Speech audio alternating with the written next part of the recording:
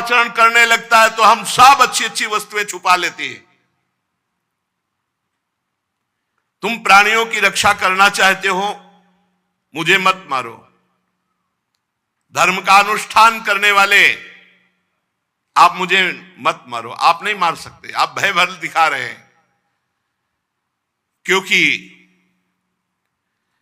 यदि कोई अपराध भी बन जाए तो सहसा किसी का वध नहीं किया जाता। आप तो करुणावत्सल, दीनवत्सल हैं। अगर मेरा वध किया तो आप समझ लो सारी प्रजा मेरे ही ऊपर है। अगर जैसे नौका डगमगा जाए तो फिर पूरी डूब जाएगी, अगर मैं डगमगा गई तो पूरी प्रजा चली जाएगी। इसलिए आप वैसे भी मुझे नहीं मार सकते। महाराज पृथु ने कहा, मारना तो मैं भी नहीं चाहता, लेकिन मेरी प्रजा का पालन अन्न से होगा और तूने अन्न छुपा लिया है। वैसे तो यज्ञ में तेरा भी भाग, लेकिन बदले में तो मुझे अन्न औषधि रस नहीं देगी, तो मैं तो तुम्हें दंड दूंगा। हरी हरी घास खा जाए और दूध देने के समय यदि लात मारे तो फिर क्या ये दुष्टता नहीं है? क्या दंड नहीं देना चाहिए? फिर अनुचित है ऐसा। तुम नासमझ हो। अन्न, रस, औषधि सब अपने में छुपा लिया, प्रजा का पालन कैसे होगा? मैं अपनी प्रजा का क्रंदन नहीं देख सकता। वो दुष्ट राजा जो अपनी प्रजा का पोषण नहीं करता और नरक का भागी होता है। और तुम इस समय बड़ी गर्वीली हो, सब कुछ छुपा लिया। मैं अपने योग बल से पृथ्वी को धारण करूंगा, तुम्हारी जरूरत नहीं पड़ेगी। पृथ्वी, मैं अपने योग बल से पृथ्वी नवीन उत्पन्न करूंगा और उस पर प्रजा को धारण करूंगा और तुम्हें दंड दूंगा। महाराज पृथु को जब इस तरह क्रोधित देखा तो पृथ्वी जी ने कहा कि आप गुस्सा मत हो, आपको सामग्री चाहिए तो अब देखो मैं गौ रूप धारण किए हुई हूं, बछड़ा बनना पड़ेगा, जो चाहो वो दूह लो हमसे। अजितेंद्रिय और पापात्मा पुरुषों के लिए मैं सब कुछ छुपा लेती हूं, लेकिन जो भगवान के भक्त है, जो धर्म का पालन करते हैं, उनके लिए मैं कुछ छुपाऊंगी थोड़ी। आप प्रसन्न होइए। महाराज पृथु जी ने इस बात का आदर किया। हां, ये बात तुम्हारी ठीक है। जितने भी रस, जितने भी जौ, धान्य, औषधियां, अब उनको हमें निकालना है। पृथ्वी का गौ रूप में होना तो फिर मुझे बछड़ा रूप होना, और दोहन पात्र और सारी वस्तुएं पृथ्वी से निकालना, यही अभीष्ट होगा। और राजन, पृथ्वी ने कहा, राजन मैंने अपनी समतल भूमि को भी छुपा लिया, उबड़ खाबड़ कर दिया, ऊसर भूमि कर दिया है। ये होता चला जाएगा।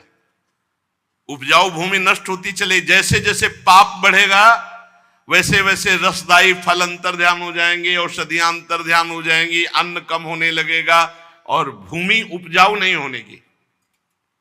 ये भूमि सजीव चैतन्य घन है, कोई जड़ नहीं है। पृथ्वी के कहे हुए बात पर महाराज प्रार्थना की पृथु जी ने कि सबसे बढ़िया बछड़ा महाराज मनु जी। महाराज मनु जी को बछड़ा बनाया और अपने हाथ से पृथ्वी का दोहन किया। सब प्रकार के अन्न, जितने अन्न है वो सब प्रकार के अन्न, और वसुंधरा से जितनी जितनी चीजें उन्होंने संकल्प की वो सब प्रकाशित। रत्नों की खान, अमृतमयी औषधियां, अमृतमय अन्न, फल सब प्रकट हो गए। फिर पृथु जी ने बृहस्पति जी को बछड़ा बनाया और वैदिक सिद्धांत, मनवाणी को वश में करने की शक्ति, ये सब वेद रूपी पवित्र दूध दुहा। फिर देवताओं ने इंद्र को बछड़ा बनाया और अमृत, वीर्य, ओज, शारीरिक बल ये प्राप्त किया। फिर प्रहलाद जी को बछड़ा बनाया और उससे आशव रूपी दूध दुहा। गंधर्व अप्सराओं ने विश्यावसु को बछड़ा बनाया कमल रूप पात्र में संगीत माधुर्य सौंदर्य दुहा। पितृगण आर्यमा ने पितृश्वर को वत्सला बनाया और श्राद्ध पूर्वक काव्य जो पितरों को अन्न अर्पित किया जाता है वो दुहा। कपिल देव जी को बछड़ा बनाकर आकाश रूपी पात्र में अणिमा आदि सिद्धियां और विद्याधरों ने आकाश गमन आदि विद्याओं को दुहा। फिर मैदानों को बछड़ा बनाकर अंतर ध्यान होना, विचित्र रूप धारण कर लेना, संकल्पमयी स्थिति प्रकट कर देना, ये दुहा। इस प्रकार भूतनाथ रुद्र को बछड़ा बनाकर कपाल रूपी पात्र में रुद्रासो रूप दुग्ध दुहा। फिर फन वाले सांप, बिना फन वाले सांप, नाग और बिच्छू विषैले जंतुओं ने तक्षक को बछड़ा बनाकर विष रूपी दूध दुहा। पशुओं ने नंदकेश्वर को बछड़ा बनाकर खूब तृण घास आदि रूप दूध दुहा। ऐसे ही सबके उपयोगी पदार्थ जितने भयभीत पृथ्वी से सब दुहे महाराज पृथु ने। भिन्न भिन्न प्रकार की वस्तुएं प्राप्त की। अब तो पृथ्वी सर्वकाम दुहा हो गई, चारों तरफ आनंद ही आनंद छा गया। सुंदर सुंदर खाने प्रकट होने लगी, रत्न की, अष्टधातुओं की, सब कुछ है इसी पृथ्वी में। ढेर सारा वैभव छुपा हुआ है। पाप जितना बढ़ता जाएगा उतनी पृथ्वी सब छुपाती चली जाएगी। पानी भी छुपा लेगी। और तो बात जाने दो आगे, पानी की देखो, पानी की समस्या आ गई। पहले कुआं का जो जल था उसमें ऐसी पौष्टिकता होती थी कि मतलब बहुत सी वस्तुएं जो हमें चाहिए वो कुआं के जल में होती थी। और कहीं धाराजू का जल मिले, गंगा यमुना, ये बहुत ही पौष्टिक ऐसा आता था। फिर हैंडपैप चला, हैंडपैप का भी समय गया, ये हालत हो गई। अभी तो 5000 वर्ष कलयुग के हुए और पाप बढ़ने दीजिए, पानी के लिए त्राहिमाम मच जाएगा। पहले इतने श्रद्धालु होते थे कि बड़े बड़े मटकों में जो है 25 जगह प्याऊ लगे रहते थे। अब वो भी व्यवस्थाएं सब धीरे धीरे श्रद्धाएं कम हो रही। पानी की तो बड़ी व्यवस्था होती चली जा रही। अभी तो कम से कम सोच स्नान की और सब व्यवस्था के लिए भूमि से आ रहा है। कितना गहराई में, यहाँ यमुना जी है तब इतनी गहराई में, और बाहर तो कितनी गहराई में होगा। धीरे धीरे जल का धराता, पृथ्वी जी सब चीज ले लेंगी। भजन नहीं होगा, धर्म नहीं होगा, पापाचरण खूब बढ़ेगा तो देख लेना औषधि, जल, भोजन सबकी समस्याएं आने लगेंगी। अब ये क्या बिजली स्थायी वस्तु है क्या? पानी से ही तो है ये, पानी से ही तो है ये। कई ऐसे बड़े बड़े झीलें सूख गई, बड़ी बड़ी झीलें सूख गई, पानी की बड़ी व्यवस्था हो जाएगी।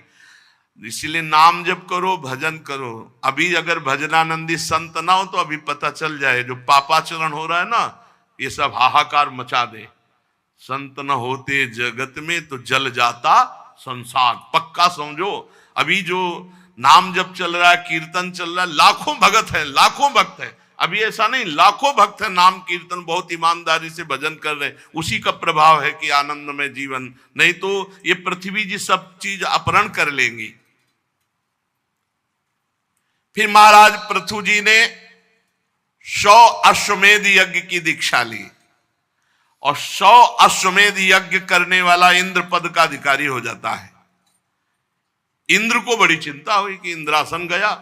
100 अश्वमेध यज्ञ का संकल्प लिया महाराज पृथु ने। अब तो यज्ञ महोत्सव को देवराज इंद्र सहन नहीं कर पाया। अगर 100 पूरा हो गया तो इंद्र पद गया, और ये पता नहीं है कि भगवान है। अभी प्रार्थना की थी तो तुम्हारे इंद्र पद को कह लेंगे, वो तो खुद है सर्वलोक महेश्वर। महाराज पृथु यज्ञ में सबके अंतरात्मा सर्वलोक पूज्येश्वर जगदीश्वर भगवान श्री हरि का साक्षात प्रादुर्भाव किया। मंत्रों में बड़ी सामर्थ्य है। ये जैसे निकुंज के मंत्र मिले हैं ना, ये सब प्रियालाल को साक्षात प्रकट करने वाले हैं, पर धरे हैं। जब तो नहीं रहे ना तो किस काम में आवे। आपके पास चेक रखी है, बैंक में भजाओ नहीं, पैसा ला के खर्चा न करो तो चेक ही है, चेक क्या करोगे? ऐसे ये चेक है निकुंज की तुम्हारे पास, जो शरणागत मंत्र निज मंत्र, अब जपो नहीं भजाओ नहीं उसमें, तो कहां से तुम्हें सुख का अनुभव होगा? देखो शरणागत मंत्र मिला है, नाम मिला है, निज मंत्र मिला है, अरबों की चेक है, फुटपाथ में रुपया मांगते घूम रहे, वो दुर्दशा है। मंत्र बल से भगवान श्री हरि को यज्ञ में प्रकट किया महाराज पृथु ने। भगवान ब्रह्मा जी, भगवान देवादिदेव महादेव, समस्त लोकपाल सबको यज्ञ में। अरे मंत्र में बहुत बड़ी सामर्थ्य है, मंत्र में बहुत बड़ी सामर्थ्य। वो मंत्र जो प्रियालाल को अधीन करने वाले वही सब मिले, पर दुर्भाग्य है अब भजन नहीं करोगे, जपोगे नहीं, उसको हृदय में प्रकाशित नहीं करोगे तो कैसे? महाराज पृथु एकमात्र भगवान श्री हरि की कृपा का लक्ष्य रख करके यज्ञ कर रहे थे। बड़ा उत्कर्ष हुआ। देवराज इंद्र को बहुत घबराहट पैदा हुई कि यज्ञ में विघ्न डालना चाहिए, नहीं अगर ये पूरी यज्ञ हो गई तो ये इंद्र पद ले लेंगे, उसको यही डर बना रहता है। प्राय अगर कोई सही ढंग से जहां भजन शुरू करता है बस वो परेशान हो जाते, देवराज इंद्र परेशान हो जाते, कहीं हमारा पद न ले ले। बहुत प्यारा है इंद्र पद, उसको वो भेजता रहता है। स्वर्ग की अप्सराएं नहीं, पहले तो मृत्यु लोक के भेजता है, अगर उन पर कोई विजय प्राप्त कर लिया तो फिर अप्सरा आदि देवलोक, फिर उन पर भी विजय प्राप्त कर लिया तो वो और षड्यंत्र रचता है। पर इतना नहीं करना पड़ता है, जो एक आध थप्पड़ में गिर जाए उसके लिए ब्रह्मास्त्र संधान की जरूरत नहीं पड़ती।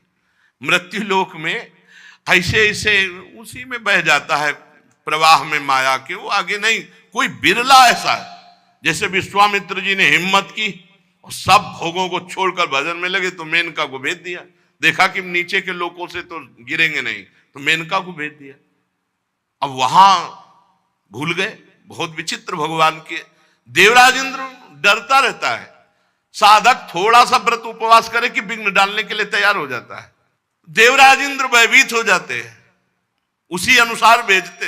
देवता गोस्वामी जी लिखे, जो ही आप सही ढंग से चलना शुरू करोगे, इंद्री द्वार झरो खन्नाना, बैठे देवता कर कर थाना, आवत देखें विषय बयारी, तुरते दे की वाड़ उघारी। तो देवता लोगों ने विचार किया कि अब कैसे विधान बने, तो उनका जरूरत नहीं है, तुम नियम लगाए रहो, हम नियम के अंतर्गत जो है पोल पैदा कर देंगे, वहीं से इंद्रियों को भ्रष्ट करने का मार्ग। बड़ा विचित्र भगवान का। देवराज इंद्र को बड़ी घबराहट, जब कोई भगवत मार्ग में चलता है तो देवराज इंद्र को बड़ी घबराहट होती है कि ये हमारा जो है कहीं इंद्रासन न ले ले। अब जो यज्ञ का आराधन करने के लिए घोड़ा चुना गया था, तो देवराज इंद्र ने घोड़ा अपहरण कर लिया और अपहरण किया पाखंड वेश धारण। पाखंड कहते पाप का खंड। वेश था धर्मात्मा का। देखो पाखंड का मतलब क्या होता है? भेष है धर्मात्मा का, आचरण है दुरात्मा का, उसी को पाखंडी कहते हैं, उसी को पाखंड कहते हैं। और घोड़े को लेकर के भागे तो अत्रि ऋषि की दृष्टि पड़ गई। उन्होंने महाराज पृथु के पुत्र से कहा, पकड़ो ये पाखंडी घोड़े को लिए जा रहा है। अरे खड़ा रहे दुष्ट रुक जा। पर महाराज पृथु पुत्र ने देखा कि भेष संत का, सुंदर जटाएं, भस्म धारण किए हुए वस्त्र, साधु का, हाथ जोड़ लिया और लौट कर आए और अत्रि जी से कहा कि महाराज वो तो संत हैं, संत पर हम बाण नहीं चला सकते। अरे उनका संत नहीं इंद्र है, कपटी भेष धारण करके पाखंड का वो घोड़े को अपहरण कर, अगर घोड़ा अपहरण हो गया तो यज्ञ का जो संकल्प है वो अधूरा रह जाएगा, तुम्हें तुरंत मार डालना चाहिए ऐसे पाखंडी को। अत्रि मुनि ने जब ऐसा कहा तो पृथु कुमार क्रोध में भर गए और जब इंद्र ने देखा तो वो जैसे रावण के ऊपर जटायु टूट पड़ा हो ऐसे, तो घोड़ा छोड़ दिया और वो भेष छोड़ दिया और अंतर ध्यान हो गए। ये इसी को पाखंड कहते हैं कि हम भगवत वेश धारण किए हैं और आचरण वेश के विरुद्ध है, उसे पाखंड वेश कहते हैं। विजिताश्व नाम रखा महाराज पृथु के पुत्र का। घोड़े को यूप में बांध दिया करके, यज्ञ मंडप में जो खंभा होता है उसे यूप कहते हैं। अब फिर इंद्र को चैन नहीं पड़ा तो आकर घोर अंधकार फैला दिया और छिप करके सोने की जंजीर में बंधे हुए घोड़े को फिर अत्रि मुनि ने दिव्य दृष्टि से फिर देखा और कहा महाराज ये फिर घोड़ा ले। पृथु पुत्र ने जब नजदीक जाके देखा तो कपाल धारण किए हुए भिक्षुक रूप, तो प्रहार नहीं किया क्योंकि ऋषि का आदेश होने पर ही प्रहार हो सकता है। अत्रि जी के वापस पास आए, उन्होंने कहा वो तो कोई कपाली दिव्य विरक्त है, तो उन्होंने कहा नहीं वो इंद्र ही है, भेष बना करके आया है। फिर वो भेष छोड़ा और फिर वो अंतर ध्यान हो गए।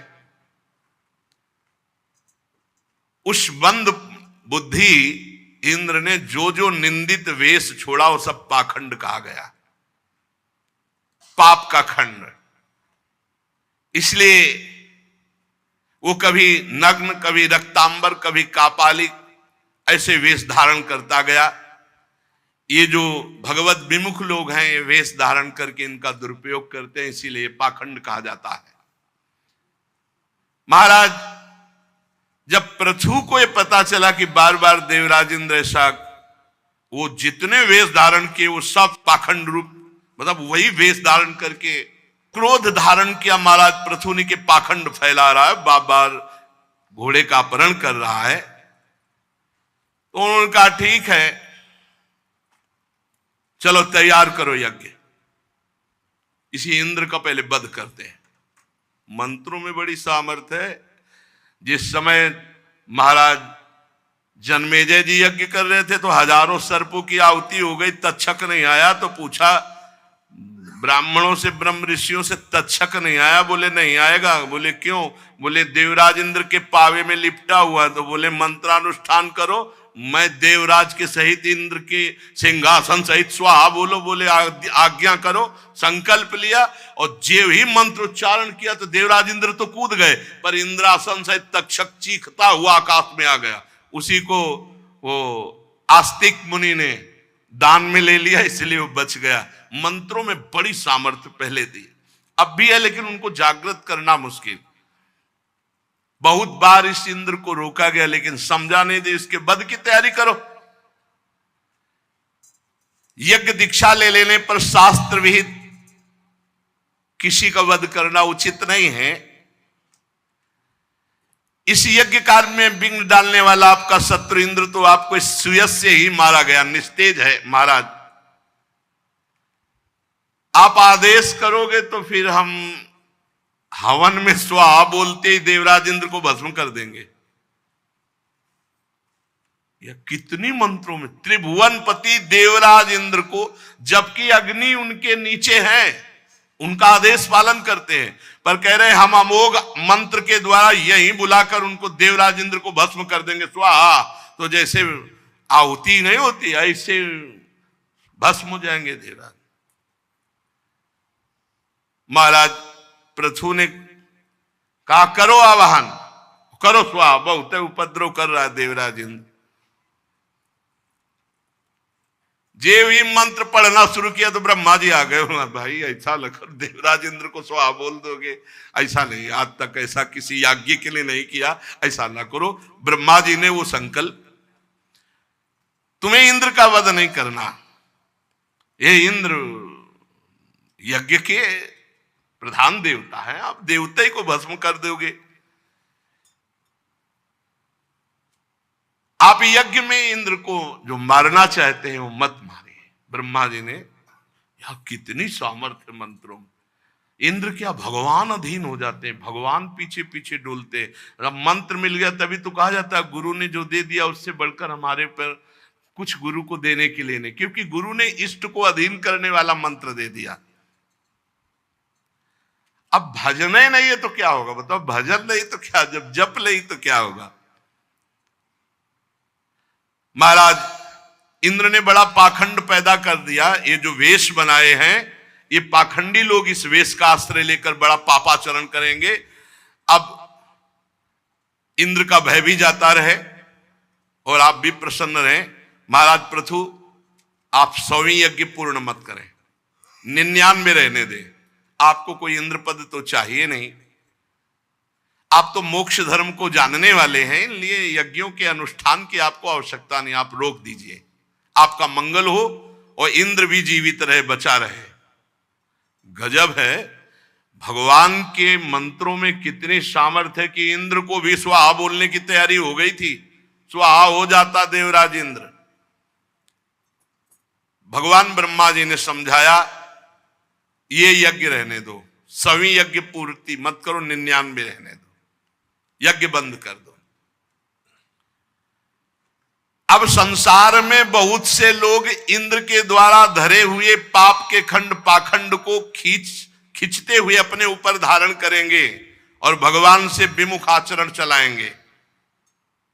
इसलिए बड़ा विचित्र है, नहीं समझ में आता कि क्या पाखंड है, क्या सत्य मार्ग है। बिना भगवत प्रेमी महात्माओं के, ब्रह्मबोध महात्माओं के समझे में नहीं आता। ये इंद्र के द्वारा रचे हुए जो पाखंड पथ हैं, ये अधर्म से युक्त हैं, इनको कभी धारण नहीं करना चाहिए। लोक गुरु भगवान ब्रह्मा जी ने महाराज पृथु को ऐसा समझाया। फिर देवराज इंद्र को बुलाया और कहा, मित्रता करो पृथु जी से। पृथु जी से उन्होंने आकर के क्षमा मांगी, मित्रता की। समझो, देवराज इंद्र आके क्षमा। भगवत आराधना में बड़ा बल है। ऐसा ना समझो कि तुम सबको, किसी को भी साधन में लगोगे, देवता कहीं बाहर नहीं, यहीं बैठे हुए हैं सब देवता। अगर नाम जप है, भगवान के आश्रित हो तो कोई नहीं बिगाड़ सकता। नहीं तो बहुत है नौटंकी नाटक माया के हैं, ऐसी जगह फंसा देते, निकलना मुश्किल है। हर समय नाम पहारू दिवस निशि। हमारी प्रार्थना मान लो, हमारा सत्संग का प्रारंभ मध्य अंत, हर प्रश्न का उत्तर प्रारंभ मध्य अंत नाम है। कलयुग केवल नाम आधारा। नाम जप करोगे, कोई भी आपको परास्त नहीं कर सकता। नाम जप नहीं करोगे तो बड़े बड़ों की सत प्राप्ति में वो विघ्न डालने वाले दैवी शक्तियां, देवता हैं। ये बहुत विचित्र है, बहुत विचित्र। बहुत सावधानी से चलो, बड़ा आकर्षण है। आपको लगेगा सुखी हो जाएंगे, महादुखी हो जाओगे। विषय चुगा जिन चुगय मन, इस पर ध्यान दीजिए, इसको लिख लीजिए, इसको याद कर लीजिए। विषय चुगा जिन चुगय मन, चुगत कछुक सुख होए, फिर फांसी ऐसी परे तेसम दुख। भगवत विमुख हो जाओगे, भगवान का मार्ग ढक जाएगा, फिर क्या जीवन का लाभ। ब्रह्मा जी ने देवराज इंद्र और महाराज पृथु से संधि करा ली।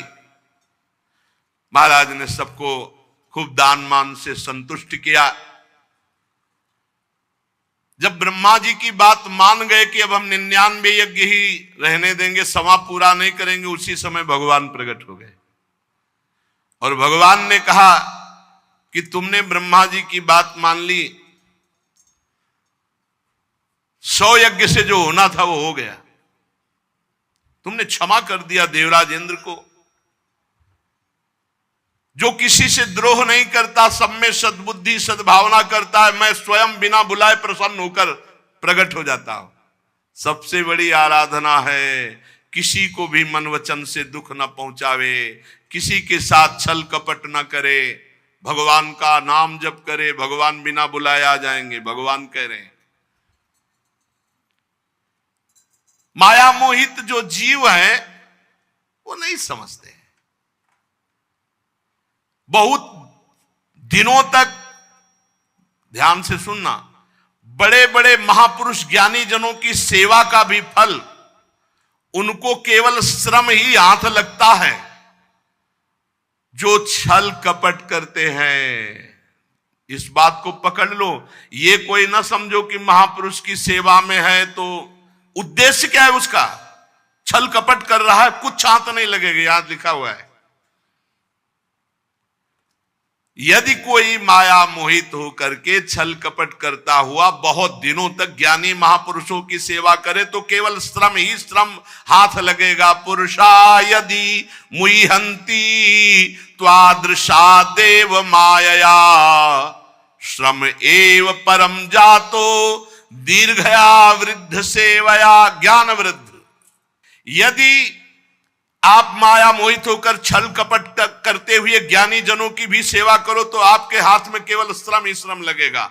अविद्या वासना कर्मों का पुतला है शरीर, इसको जो मैं मानता है, इसमें जो भोगों में सुख समझता है, वो ज्ञानवान पुरुषों के समीप भी रहते हुए लाभ नहीं ले पाएगा। उनकी आज्ञा पर चलना होता है, उनके प्रति समर्पण होता है, दिखावा नहीं होता है। भगवत प्रेमी महात्मा या संत या भगवान की श्री विग्रह की सेवा तभी सफल होती है। भगवान कपिल देव जी अपनी सेवा के लिए कहते हैं, यदि कोई मेरे श्री विग्रह की सेवा करता है और बाहर छल कपट द्वेष करता है, मैं इस सबकी आत्मा के रूप में हूं, उसकी सेवा ऐसी जैसे राख में किया हुआ हवन, कुछ नहीं।